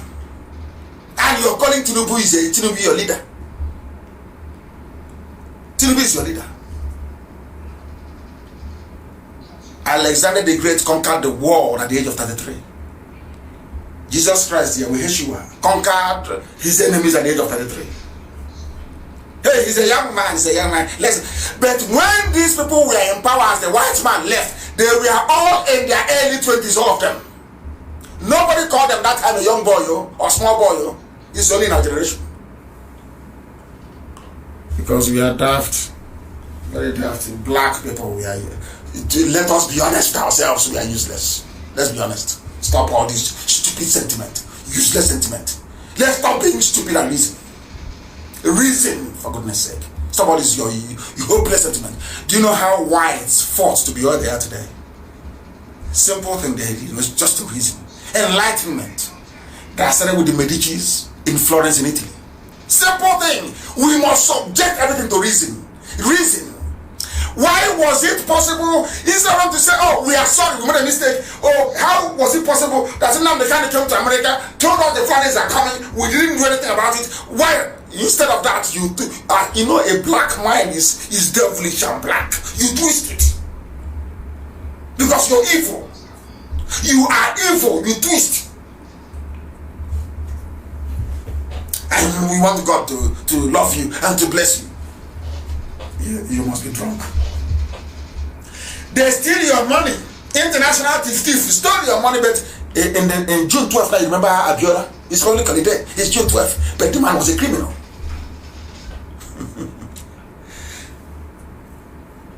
Gani Fermi, fella that should have public holidays, even 2 days in a year. 2 days in a year. No, they don't have public holidays. It's a thief. Zoo. And you have I can't understand it. You have people that claim they went to school, they studied, and they managed to, with their final alawi from youth service, because they don't have any jobs in the zoo. And before they become unemployed, they managed to, their last allowance they paid them at the youth service and camp. They used it to buy Infinix phone. They bought some credit and they joined the army of social media commentators that you have. And you will have thought that they went to school, at least they read some, they studied. And I keep asking them, I said to them, can you show me a freedom fighter anywhere in the world? A freedom fighter that wants to change, redraw the map of that country. Not just a social crusader, no. That is not either in jail, in the grave, or in exile. Show me anywhere in the world. They have none. And I keep asking them, when the life of Prophet Muhammad was on that, Prophet Muhammad, did he flee from Mecca to Medina or not? They say yes, he fled from Mecca to Medina. Did the parents of Jesus Christ take him from Judea into Egypt to escape the infanticide of King Herod? They said yes. Did Moses flee from the palace of Pharaoh? They said yes. Did Nelson Mandela flee from South Africa to come to Igbo land for some time? The answer is yes. Then what is the problem? But because they are black, their brain is black, and they are evil, they always manage to turn everything good into, that is why blacks are poor all over the world. Individually you may have made it, but as a group you're still nothing. That is why when you go, the washing of plate, the sweeping of streets, the dirtiest jobs we do. Do you know why? Anyway, I've told you, haven't I? Somebody came. What happened in Imo State? I saw again, since a long time ago. Boycott elections. Boycott, they said no. It's a voter's card. Your PVC is your passport to success. You must hold your PVC. You must hold it. Now the card is evil, you must hold it. Do you know the funniest thing? After voting in Imo State, they still brought somebody who came forth. Went to Supreme Court. People that voted was, let's say, roughly 870,000 people. But the Supreme Court allocated 950,000 voters. And that person is the governor. So I asked them, am I right or wrong? Oh, but you shouldn't have said it. But am I right or wrong? Black people. After voting, They brought somebody from number 4 to make him number 1. It's Fulani agenda. Fulani have planned all these things very well, and they know what they are doing. Fulani probably understand how foolish a black person is, especially those who are in Nigeria, and they're playing it very well. They know that the primary need or concern of every black person in the world is how to feed himself and his family. The need of the stomach is always number 1. And that is why we are very easy to trap. That is why we are very easy to deceive. That is why we are very easy to fall into traps we shouldn't fall into in the first place. If what I'm saying is very painful, you change. Change the way you reason. Stop being evil for evil's sake. That's what makes you black. Because you're evil. Show me the black country that is doing well in the world. I say name one. Of course, I raise my hands to Rwanda. If they can sustain it, that is. Name one country. Everywhere they're begging for food, asking for handouts, begging America for aid, begging EU for aid. Are you not ashamed? You don't have no shame? You don't have any shame? Unbelievable. Unbelievable. Any freedom fighter, anywhere in the world, you get up, you enter a taxi, you go to a shopping center, you go to a shopping mall. My friend, you are deceiving yourself and the idiots around you. You are not a freedom fighter. Mad people everywhere. Don't vote, you voted. Now they've given you somebody from number 4. Don't vote, you said you are voting. Now there is no Buhari, there is no Osibajo, nowhere to be found. No good at I. You can't ask questions. You cannot ask. You cannot. How can you ask? How can you ask? Very, very sad indeed. Our people must change. You must change. Nobody hates anybody, but you must change. You must change. We've been preaching this thing time and time and time and time again.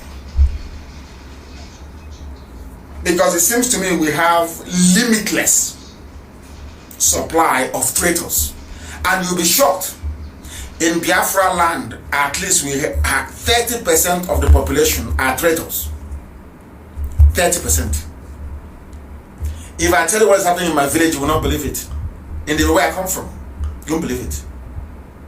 Some people went to DSS to ask them to come and conduct election for them for PG, somebody who will sell land. Because I'm not home, and I've just buried my father in February. All they care about is how do we sell land. So they couldn't succeed. They now went to they wrote and they went to DSS. For DSS of all people that came to their village and killed people, for DSS to come and help them install somebody as PG so they can start selling land. Do you know that? And we are waiting for the DSS to come. Come now and put in PG. Let's see. Do you see how what they have done to us? Some of the so-called PGs you have in your land, they are all DSS recruits. And all of you in the DSS, starting from Awusa, anybody who is in DSS and you're from Awusa, you're from all these other ethnic groups, how can you be in DSS serving a Fulani agenda when they're killing people in Southern Kaduna? I'm asking all of you in DSS, all of you in the army, all of you in the police, do you have shame? You are in a police force, you are in an army, you are in DSS, where the same people you are protecting and serving, they are busy killing your people. Do you see why I said that blacks are mad? Honestly, black people must be insane. How can I be working in a DSS where the overall aim and goal of that DSS is to hold my people down? Maybe not to hold me down personally, but to hold my people down. Why can I serve there? Why? Why should I? Just explain that to me. Some of you don't know what is happening. You have no idea what is happening. Unbelievable. Unbelievable. Traitors everywhere.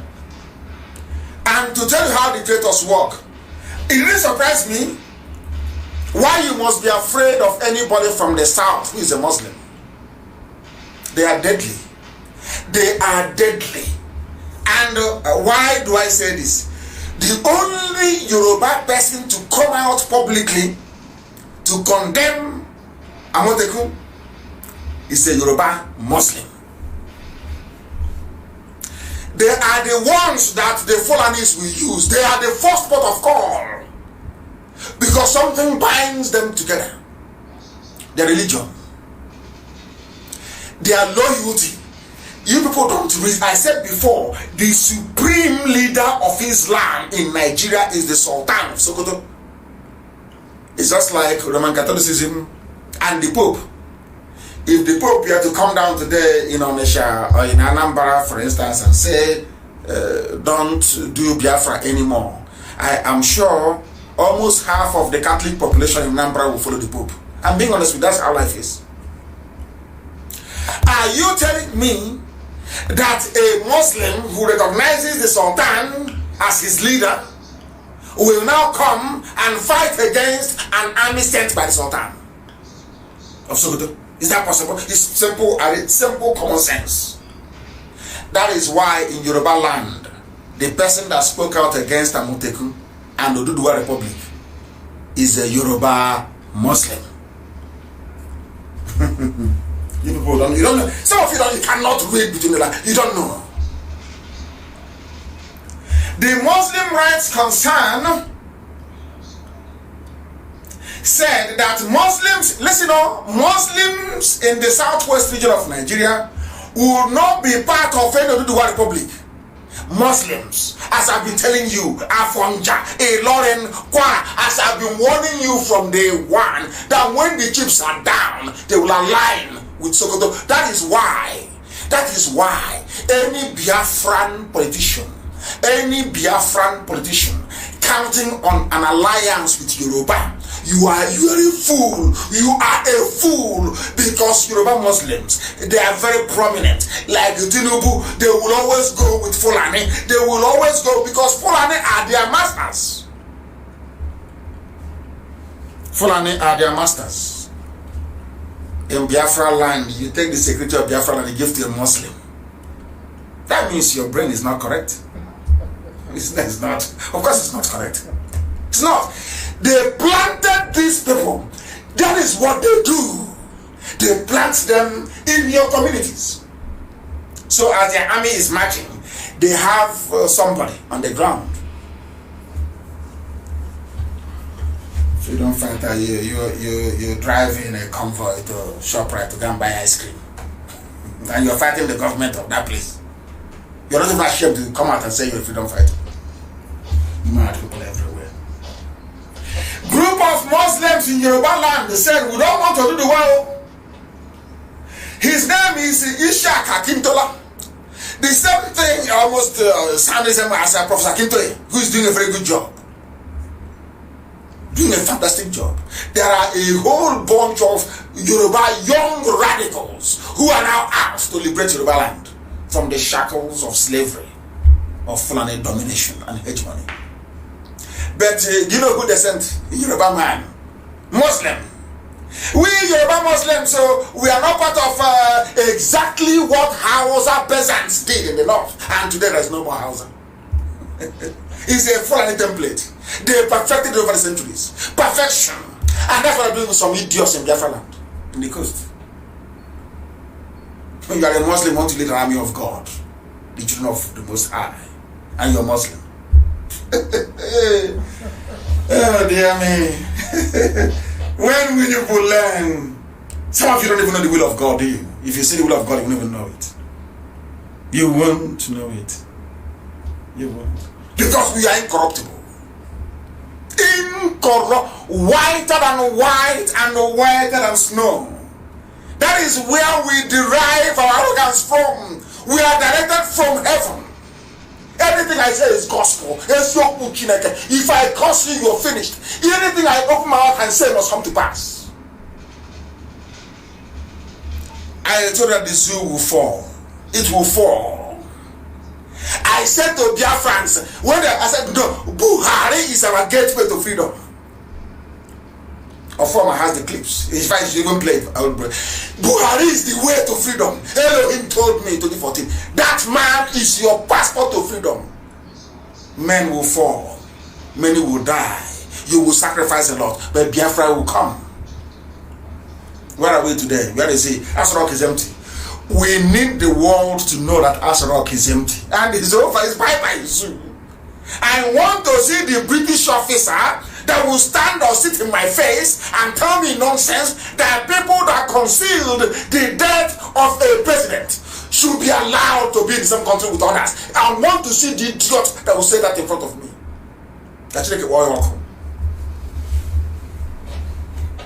When we do things in the spirit, some of you don't know. And how can you know anyway? The zoo is sunk. It is finished. It's finished. No amount of sabo implant can work. Plant as many sabos as you like. It can never work.